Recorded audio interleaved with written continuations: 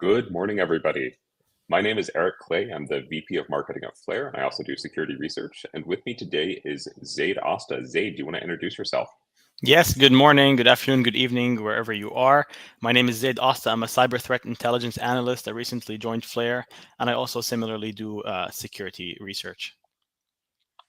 So today we have an exciting topic. We're going to be talking about crowdsourced DDoS tactics or crowdsourced DDoS attacks amid geopolitical events.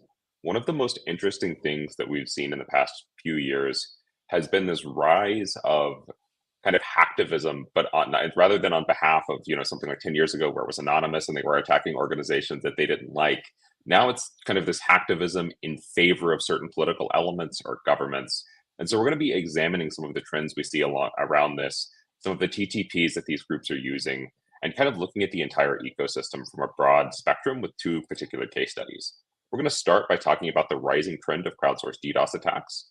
Then we're going to move on to how these groups operate and increasing attack sophistication and incentivization with things like leaderboards, financial rewards, and gamification, before finally doing a couple of case studies on two specific groups, one related to the Russia-Ukraine conflict and the other one related to the Israel-Hamas conflict. So a quick primer first on DDoS attacks. So distributed denial of service attacks are a pretty rudimentary attack in terms of impact. We don't have ransomware encrypting devices and exfiltrating data. It's not wiper malware completely removing operating systems and servers, but basically it's a cyber attack that floods a target with excessive HTTP traffic or TCP and UDP traffic to temporarily deny availability. These attacks have been around for a very long time, but they're increasingly become more than just a nuisance where a website is offline for 30 minutes to an hour. And this is demonstrated by some recent events. We have the government of Latvia officially designating the pro-Russian hacktivist group Killnet as a terrorist organization in a couple of years ago. Kenya last year saw over 5,000 government services offline for a week, including passport renewal, train booking systems, and other government services online. Canada's Border Services Agency experienced physical delays at checkpoints due to a DDoS attack. And nobody is immune these days, with OpenAI's ChatGPT going offline a couple times in the last 2 months due to DDoS attacks. Cloudflare, which funny enough itself offers DDoS protection, has gone offline. Microsoft in June of 2023 had Outlook and Azure go offline, as well as several government agencies and more. And the impact is, of course, as we see on the right, temporary denial of availability of a website, but it can also cause brand damage, especially if news outlets pick it up, as well as impact to actual operations behind the scenes. We've seen hospital DDoS attacks last year where connected to a domain which is being attacked, we have patient portals and physician portals which deny access to doctors and patients to those portals just by flooding with HTTP traffic. Yeah, I think it's worth mentioning too that the some ransomware groups also employ DDoS attacks as that's not kind of our primary topic today, but it is kind of an interesting fact. As part of like double and triple extortion schemes, ransomware groups are getting increasingly aggressive in their tactics. So they'll often encrypt a company's data, steal the data, and then DDoS the website as just kind of an extra way to try to apply pressure on the company to pay the ransom. So we really do see DDoS attacks across kind of a wide array of cybercrime groups and use cases. So Zaid, the crowdsourced DDoS attacks, I think there was a little bit of a newer phenomenon, or at least it is a newer phenomenon on as wide of a scale as it is on now. Right. And the key point associated with the crowdsourcing of DDoS attacks is that you have a much lower barrier for entry with tech rookies now orchestrating significant attacks against prominent domains and servers. So usually with denial of service is one computer taking down another server. With a distributed denial of service attack, you have many devices doing the same. And how do we achieve this? Well, you need malware to infect a bunch of devices and then make a botnet of these hacked systems to launch attack traffic from. However, with this model of attack, you don't need malware development to make a botnet of hacked devices. Instead, you need just a few volunteers who share the same political ideology as you. You need an attack tool, a victim website and just coordination, loose coordination among a few thousand volunteers or so. And so instead of infecting, let's say, 100,000 devices to make a botnet, you simply outsource with consent this botnet to your peers and friends who share the same political ideology. Sometimes we see some groups from Bangladesh and Turkey and Iraq who are driven by religion, others by conflicts. And the idea is there's a shared ideology and also just right amount of volunteers to do so. Yeah, I think it's worth mentioning too. You also need a way to allow people to group together and do this effectively, right? Maybe the dark web isn't the most efficient way to do this, given it's not instant messaging. So, is there a particular application that we see people using for a lot of these aid? There is, especially in more recent years, Telegram has become a hub for all kinds of cybercrime activities, but especially these kinds of attacks and groups, because it's very easy to just click join on a channel and see a live stream of screenshots from websites like CheckHost showing the temporary unavailability of websites, or actual screenshots from websites showing a 502 error, bad gateway, or 429, too many requests. It's easy to hit that like button and share and disseminate images widely, while with dark web forums, it takes longer to load the website if you're accessing it over Tor. The simplicity and the accessibility of Telegram makes it a hub for groups and the folks involved in this kind of attack. Yeah, and I think this is kind of part of a broader trend. Is over the past few years, we've seen this explosion in cybercrime on Telegram, and people often ask, like, "Well, why are threat actors moving off of the dark web?" And they are trading a little bit of kind of OPSEC, but at the same time, they're getting like instant messaging capabilities. They're getting, they even get to use emojis. They can join channels. They can delete channels. Setting up a dark website is a fairly time-intensive process. It's not, you don't do it overnight. Setting up a Telegram channel is very, very easy. So even if one gets banned or taken down, it's very, very simple for them to move on to the next one. Right, and also Telegram's moderation isn't as effective as it should be. So groups can stay on for 1, 2, 3 years without having their channels and accounts wiped out. So we have a particular case study here, Zaid. I'm wondering if you can talk through a little bit. Obviously, I think everybody is probably fairly aware of the Russia-Ukraine war, but kind of like how crowdsourced DDoSing fits into the Russia-Ukraine war. Well, we first saw the explosion of crowdsourced DDoS attacks with the invasion of Ukraine by Russia in early 2022, with the launch of the IT Army of Ukraine, which launched just 2 days after Russia's invasion of Ukraine. This is a volunteer-based collective formed after the invasion, which is also interestingly supported by the official government of Ukraine. We saw one of the ministers of technology put out a tweet inviting folks to join the Telegram channel when it first launched, and he was the first to announce it. They predominantly target prominent Russian and Belarusian digital assets, such as the Gazprom oil and gas company, Yandex, which has a search engine, a browser. They even have a taxi app. The Kremlin, Ministry of Foreign Affairs in Russia. And their very first post welcomed this idea of crowdsourcing attacks, calling on IT specialists from other countries to help them attack these assets. On the right, we see their first post, as well as screenshots they frequently post of the temporary unavailability of websites, showing that you can't access it over HTTP. And they have success very quickly. They post a fresh list of domains. After 10 minutes, they show screenshots that all the volunteers successfully took these websites down. So the model of operation involves sharing target IPs for servers and websites, as well as their respective port numbers, and then ask folks to attack them. During this period, however, there were no custom tools yet developed. And for 2-3 months after their launch, the IT Army was developing these custom tools and a website to streamline their attacks. The right is a screenshot from a Whois lookup of their website, first registered April 5th, 2022, 2 weeks before it was first announced. And so here's a homepage of their website, very patriotic homepage. It's in Ukrainian. We also have an English version containing a background of the group, their goals, and the tools associated with their attacks. Yeah, I was going to ask Zaid. So just, I think it might be, and we might get to this a little bit later, but the IT Army of Ukraine isn't the only kind of Telegram group involved in this broader conflict. There's also some on the Russian side, if I'm not mistaken. That's correct. We'll get into no name in a bit, but we have all Okay. sorts of attacks and from groups, very big groups, very well known, and also smaller groups who DDoS here and there.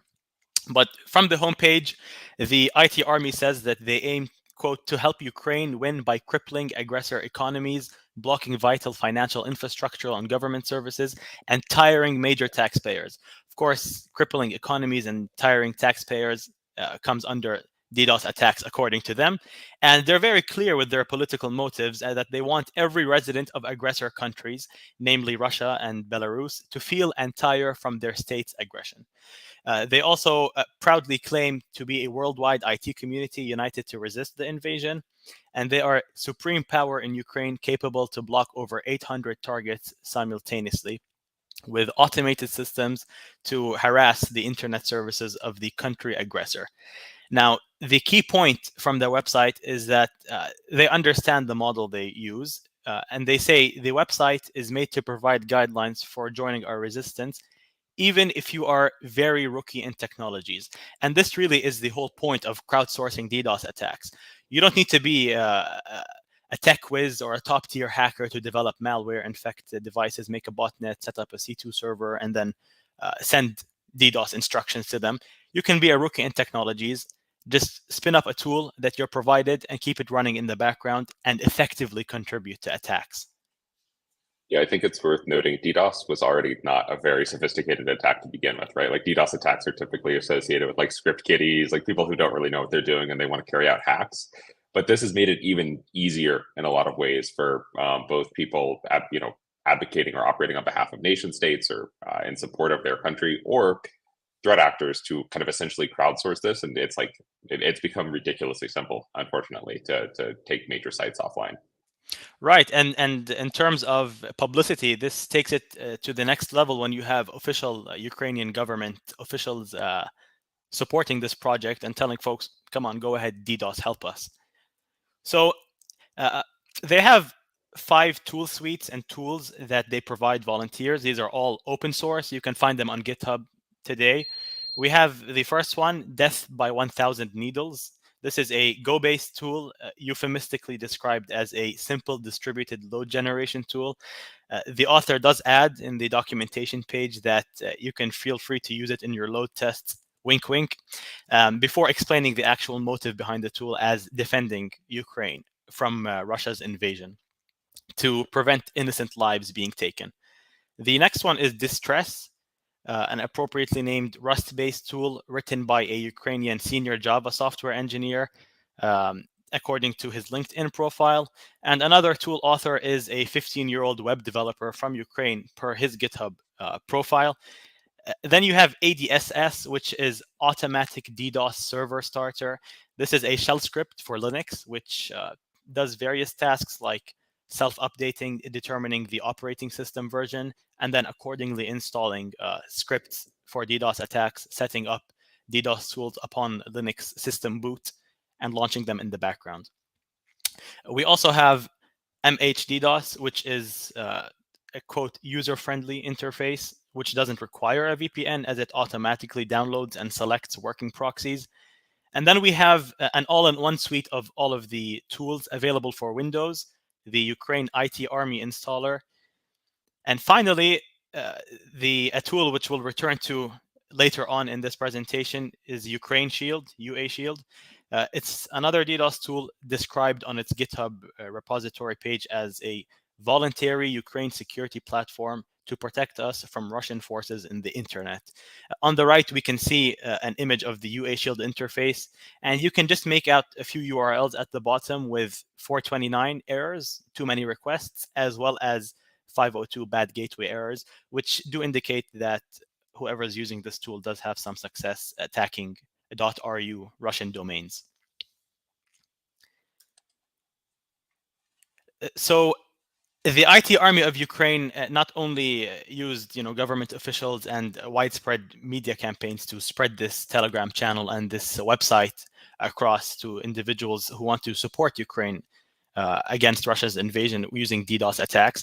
But they stepped this up with a custom leaderboard to incentivize participation and create a competitive element for volunteers.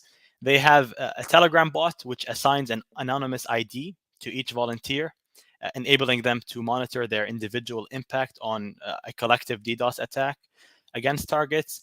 And then once you have this ID, you integrate it with a tool which monitors how many requests you're sending against targets. If they're successful, are they being received by the server? And then you have a leaderboard section on the website, updated every few minutes and posted weekly to Telegram, ranking the top individuals, which looks like this. And this is as of early December 2023.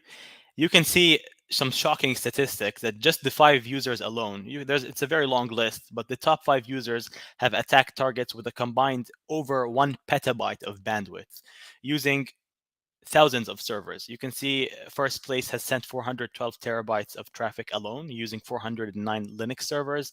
Second place, 17 servers. And the third place, we have 228 terabytes using 2,375 servers. So these are individuals committed to this campaign. One thing I would add too, Zaid, is like, without speaking specifically on the merits of the IT army of Ukraine, like this does factor into this broader trend we've seen in the kind of on what we might call the underground economy, or kind of hacktivist groups, etc., where things are getting more and more sophisticated. So, a few years ago, maybe people had to do all of their own DDoSing, build their own botnets. You increasingly see this trend towards kind of abstracting away the technical difficulties and just recruiting lots and lots of people, whether it's through distributing and post-dealer malware, whether it's conducting DDoS campaigns, etc. And I think this is such a great, this screenshot right here is such a great example of this trend, where you have like leaderboards. I was talking to John Hammond yesterday about how a lot of groups are, some of the info stealer groups now actually have ads. Like the info stealer platforms themselves will have ads where the threat actors are advertising other services. And I think it's a really, really fascinating trend. For sure. So on the other side of the Russia-Ukraine conflict is a very prominent pro-Russia, pro-Putin, pro-Kremlin hacktivist group who goes by the very long name, No Name 5716.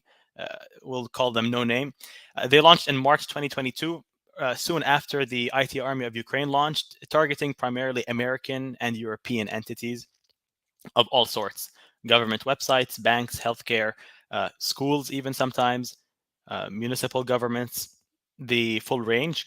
And they later on in the year launched their custom project DDoSia, which is a multi-platform tool for simplified crowdsourcing of attacks. And the key here is that volunteers are remunerated. They are compensated for their participation in attacks. So the screenshot on the right is one weekly announcement from No Name announcing monetary rewards in rubles for the most powerful DDoS fighters, who they call comrades. So they're rewarding them in cryptocurrency based on attack contribution. First place, we see 80,000 rubles being rewarded. Second place, 50,000, 20,000, 80,000 rubles is around 900 US dollars. So this is quite some money for a volunteer who runs a tool in the background. We see the tier or the ranking list at the bottom right also.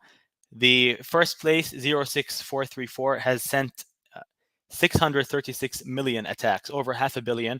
Of course, by attacks, we mean presumably HTTP GET requests, but that's quite a lot in a very short period of time as well. So they build on the Ukrainians' leaderboard by also compensating in cryptocurrency volunteers. So how this works is they have a custom Telegram bot. This is completely automated, again, showcasing the simplicity of being part of this cybercrime activity.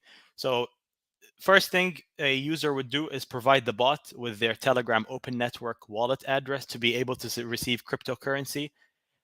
Number two is that the bot will generate this unique client ID, which you see blurred out, which a user will link with the tool. It's a multi-platform tool. You have Windows, you have scripts for Linux as well. And then you just run it in the background. Targets are automatically sent by a no-name server. and your device will automatically be sending HTTP requests at certain time periods to participate in DDoS attacks. And at the end of each weekly period, you earn money automatically based on or proportional to the firepower that you're giving this pro-Russia hacktivist group. You can see also they gamify it a bit by giving you a rank proportional to your attacks. So Flare did not send any attacks, so we still have the rank of conscript. And as you rise through the ranks, they will update that accordingly. Yeah, this is a little bit in parallel to something you see fairly common on dark web forums too. Is each dark web forum typically has their own ranks for users, and the ranking systems vary. But it's kind of interesting to see that played across DDoS groups as well. Right. Now, shifting completely from Eastern Europe to the Middle East. So October 7th, 2023, Hamas attacked Israeli cities, which in turn brought on an Israeli offensive on the Gaza Strip. 1 week afterwards, the Cyber Army of Palestine launched out of nowhere on Telegram, October 14th, 2023, announcing that they were coming after Israel's military operation in Gaza. This is another volunteer-run collective where they conduct successful, primarily anti-Israel DDoS campaigns using no custom tools, but a recycled version, actually, of the IT Army of Ukraine's UA Shield tool, because it was open sourced. So just for some context on the political ideology of the group, we see the top left logo in the corner and all of their infographics, as well as their official logo, reads in Arabic Tufan al-Aqsa, which translates to Al-Aqsa flood. This is the name used by Hamas, the title of its October 7th attack, the self-designated one, giving you an idea just of the group's political ideology. So with its first posts embracing the crowdsourcing of attacks, the cyber army assured its followers, writing in Arabic, that anyone with a computer and internet access can participate.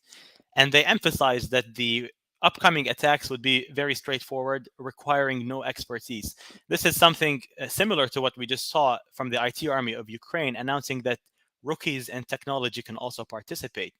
And building on that, recognizing the inexperience of the 13,000 new followers which joined the channel, they began by sharing infographics of essential terms they deem necessary for engaging in DDoS attacks. What is a virtual private server? What is a proxy? What's a VPN?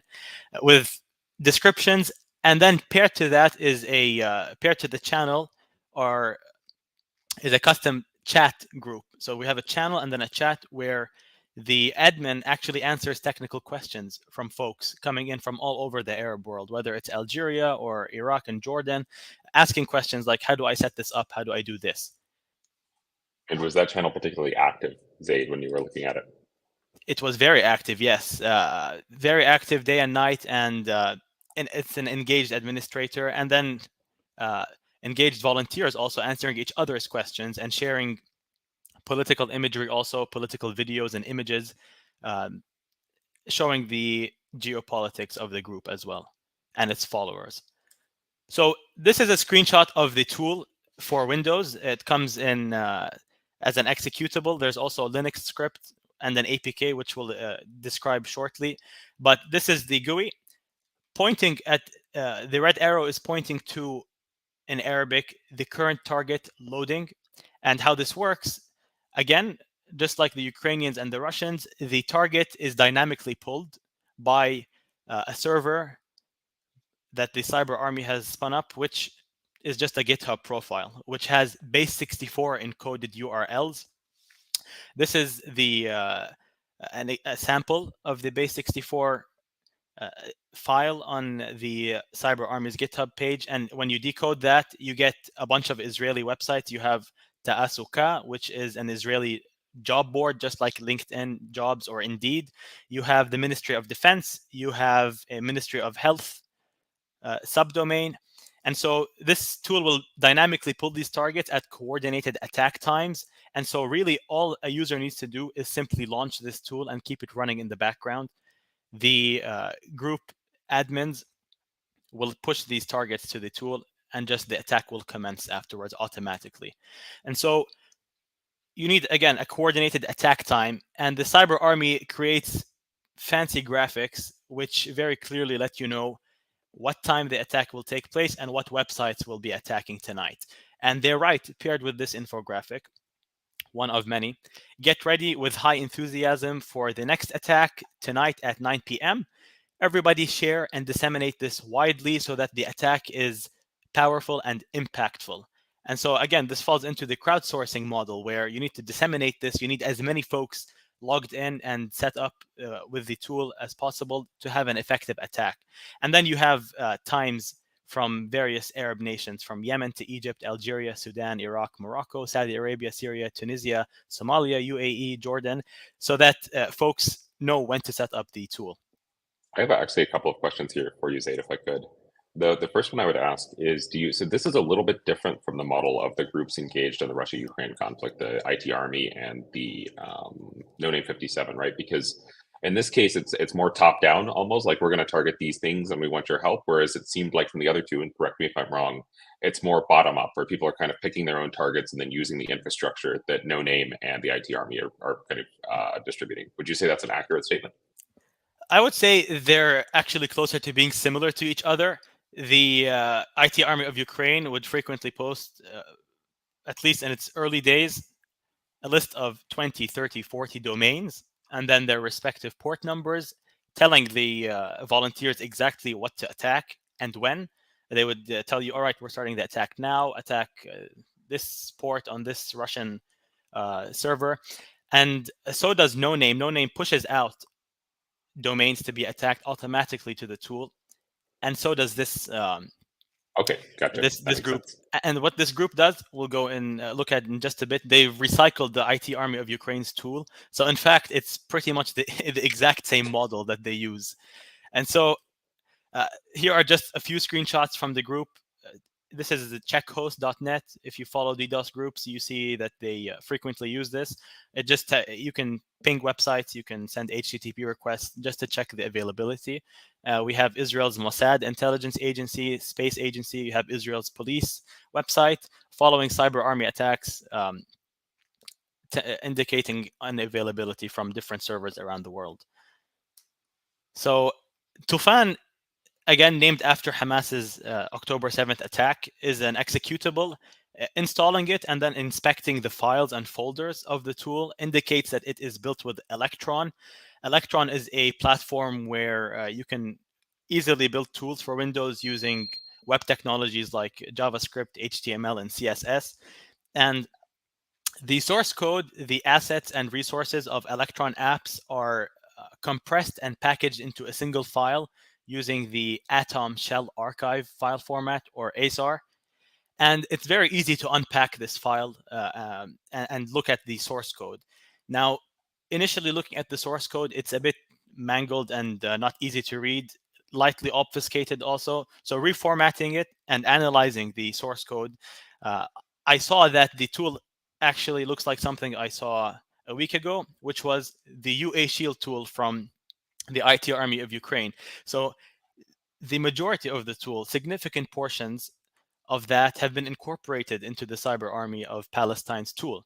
We have several code segments that are identical, copied and pasted, and others that are very similar, but that's due to light obfuscation, where you have variable names just renamed a bit and classes restructured without altering the functionality, presumably to hide the origins of the tool.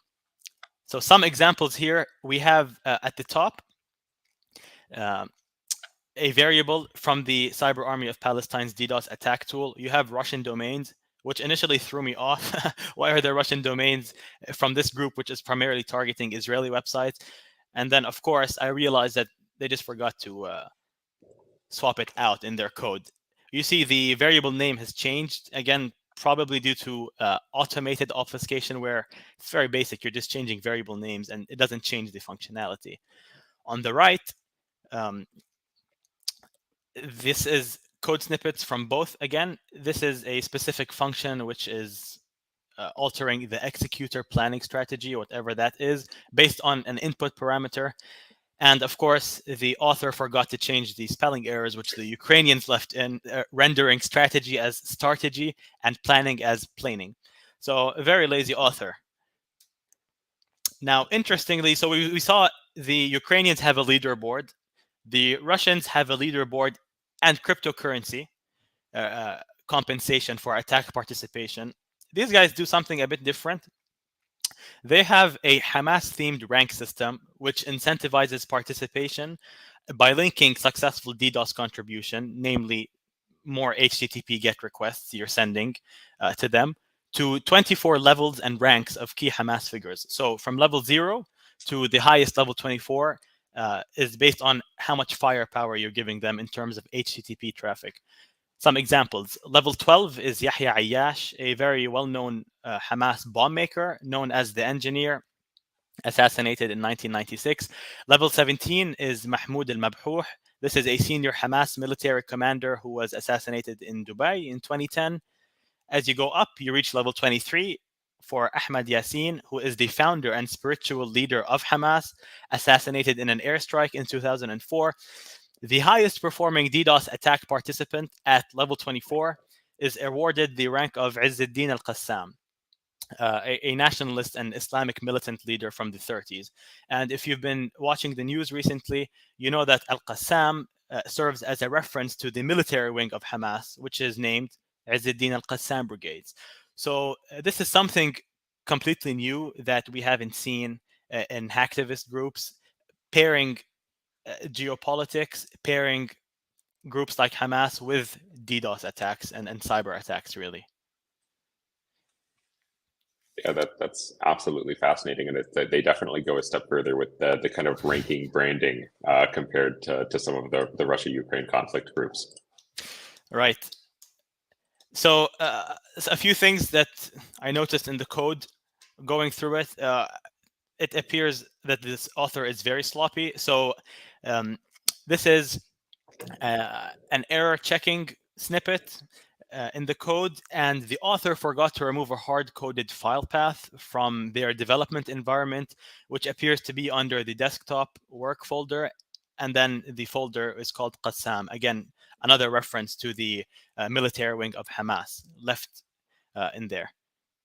Another few interesting findings from the source code. So for context, there are about 22 Arabic-speaking countries for about 500 million individuals. They are each with slightly different dialects. Morocco speaks different Arabic than Syria, but they all use the same keyboard layout. And therefore, you have different country locale codes for keyboards, for applications, for software. When you set up Windows, it will ask you which Arabic do you want. Do you want DZ for Algeria? Do you want JO for Jordan? But there is MSA, Modern Standard Arabic, which is universally understood. It's what is in newspapers and on TV. And that's what is usually used on applications to cater to everyone. So your app is universally understood. This is with the locale code AR, or with ARSA for Saudi Arabia, which is the closest dialect to MSA. Now, interestingly, many times in the source code of the Tufan tool, the author has used the locale code ARYE for Yemen, which is not a mistake. There's no reason to use a non-Saudi Arabia or non-generic AR country locale code unless your keyboard is the Yemeni one or you are from Yemen, indicating the author is potentially from Yemen. Another few interesting things from the code. Analysis of it indicates that in version 1, targets are dynamically pulled from an inactive and unarchived GitHub profile, Try Nothing 09. It's not on the Wayback Machine or elsewhere. In version 2, from the inactive, unarchived profile Kareem Adam. Maybe this is a fake name. Maybe it's the author's real name. In version 3, it's still active up on GitHub, the profile HW746159. You can see a list of JSON files, some of them encoded in base64 of targets. And if you look at the format and you compare how the IT Army of Ukraine's UA Shield tool pulls targets, it's the same thing, same structure, really. So it's a very easy way to launch a hacktivist group by stealing someone else's open source attack tool and just changing it to your targets and changing what the GUI looks like. Additionally, the Cyber Army has an Android app. Decompiling the app and going through it, just like the Windows executable, it's very obvious that it's not an original creation. And it appears it's a copy of DDoS packet by a developer called Blue Sky Chan from Thailand, who, according to their website, are 14 years old. And at the time of writing this APK, they were 12 years old. So not a very sophisticated tool used in successful DDoS attacks. So if we go over to mitigations, we can take a look at mitigations from two aspects. First, technical software mitigations, but also threat intelligence. So in terms of technical mitigations, content delivery networks are important. Many of these websites that are being attacked, actually, you have a direct IP address that's exposed and a direct port which is exposed, where you are more susceptible to a layer 4 TCP or UDP attack, which can be more successful than a layer 7 HTTP attack. And so if you implement a content delivery network to hide your IP address and distribute incoming traffic across multiple geographically dispersed servers, you can dilute an attack's impact. None of these mitigations are fail-proof. One example is OpenAI. They're behind, I believe, Cloudflare, but they can still get taken down by enough HTTP traffic. But the key is that with crowdsourced DDoS attacks, you don't have too much DDoS traffic because it's just a loosely organized volunteer collective who are using their custom devices to send HTTP traffic. And so concealing your IP address and distributing the attack traffic is important. Also, filtering options in firewalls and CDNs are important. Rate limiting, send one request per minute only. You can use IP scoring also. See, are we receiving connections from VPNs? Oftentimes, websites will block you if you're using a VPN or a server. They want a real, home IP address. Geo-blocking also is very important. For example, if you are a cancer clinic in a very small town in Oklahoma, you don't need to be welcoming in Russian VPN traffic. You're only catering, let's say, to a community of 2,000 people. You can implement geo-blocking to welcome in only US traffic, or even Oklahoma traffic, or even just that small community, particularly for things like your patient portal and your physician portal. They don't need to be exposed. The other side of this is threat intelligence. As we saw, groups frequently post their next future targets on Telegram, sometimes days in advance with a specific time coordinated. So if you have access to a threat intelligence platform like Flares, you can get automated alerts to when your domain is mentioned on the dark web, on Telegram and elsewhere, cybercrime communities, when your IP addresses or company name is mentioned on these forums and channels as well. This will allow you to at least prepare for an incoming wave of HTTP traffic. This is pre-attack monitoring, and post-attack monitoring.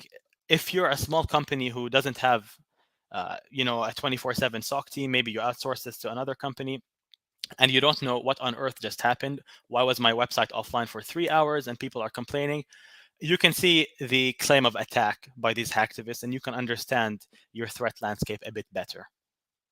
Zaid, if I could ask a follow-up question here, do you see any commonalities within the victims of the attacks? Right? Are there any specific features that you find when you look across kind of the different organizations that you've seen? No Name attack, the Cyber Army of Ukraine, or the Cyber Army of Palestine? So there are two categories of victims. One of them is governments, ministries, high-level prominent websites representing official governments and bodies. The other are really scapegoats. You have, hospitals which have nothing to do with the war being attacked. You have schools. Sometimes K through 12 schools are DDoSed. Sometimes you have banks DDoS, which have nothing to do with it. Retail organizations, shopping.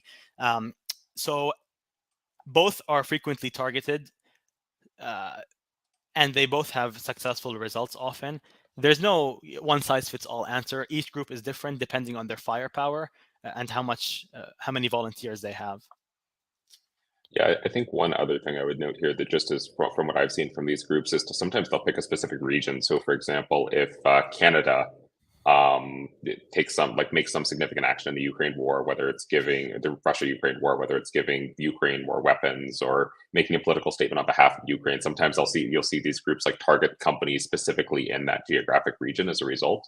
So I think there's an interesting degree of reactivity here, where there's in response to these kind of broader geopolitical events, the groups themselves will start targeting specific companies that they feel have wronged them, or are part of a company that has, or a country that has wronged them.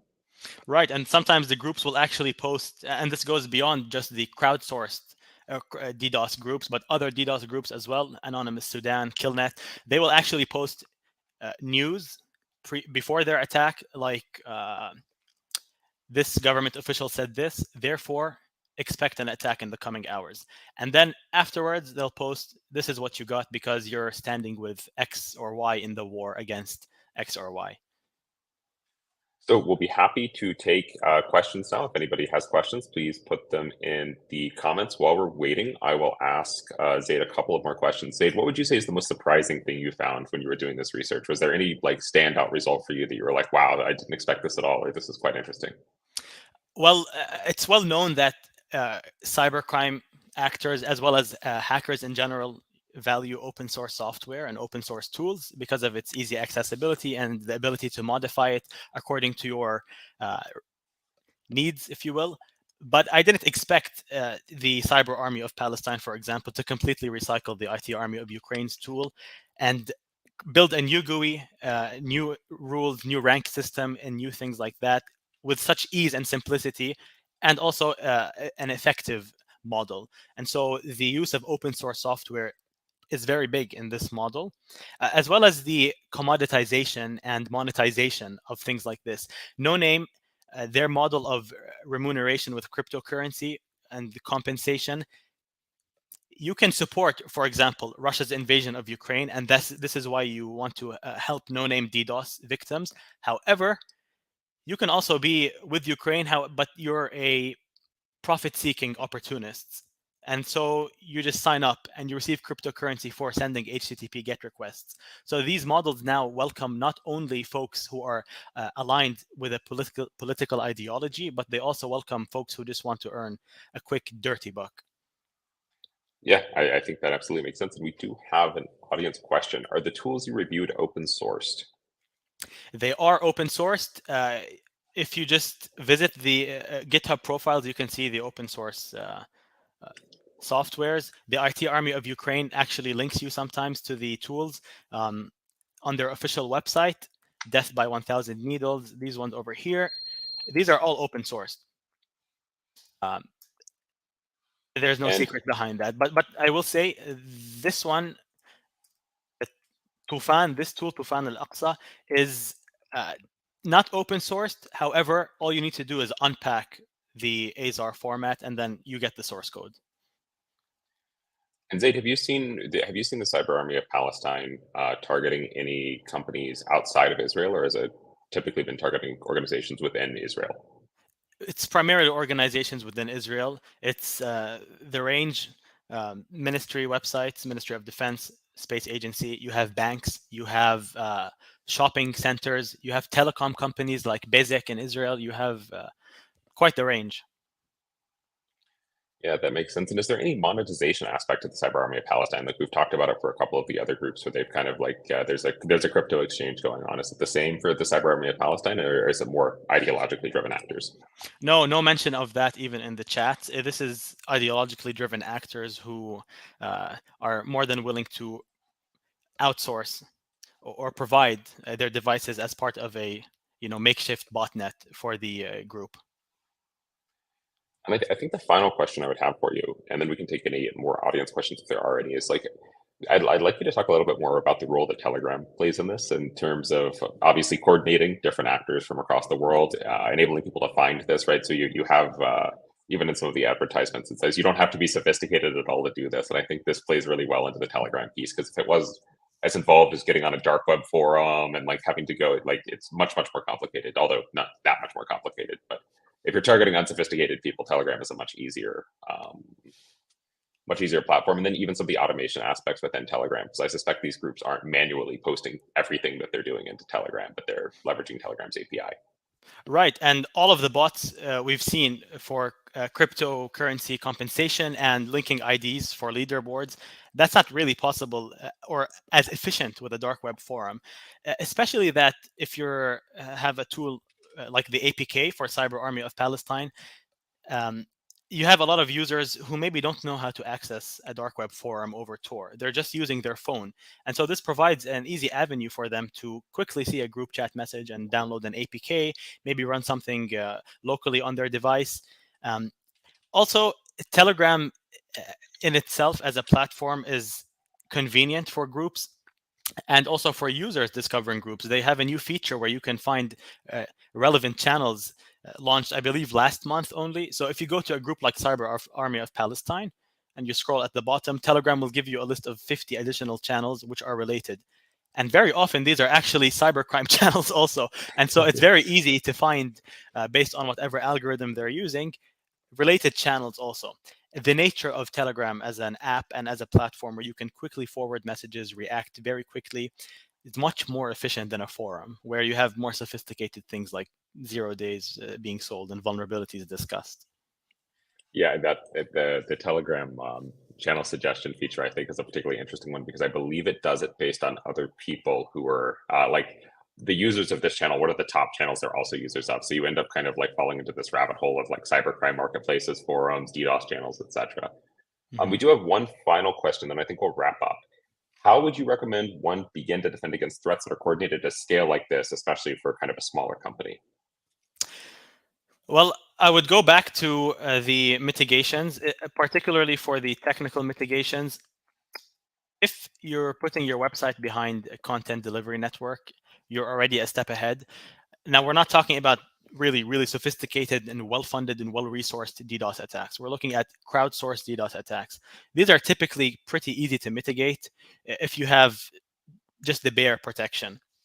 If you put your website behind Akamai or Cloudflare or Fastly, a CDN like that, that's already something good you're doing by diluting an attack's impact and traffic across many servers.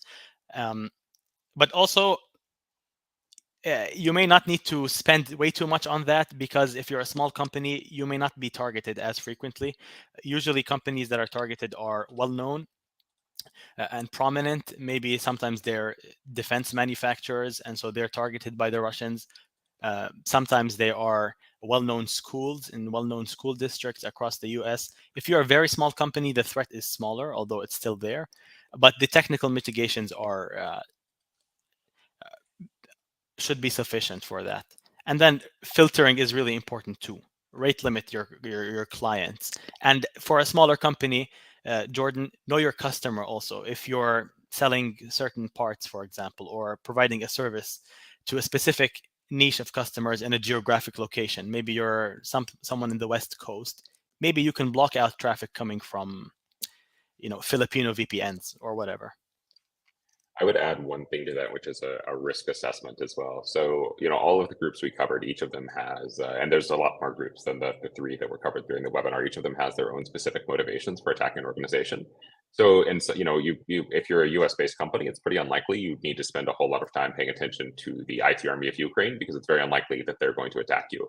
So, kind of narrowing down which groups are the most important to watch and even just monitoring them yourself or using a tool like Flare to monitor them can give you kind of an edge, right?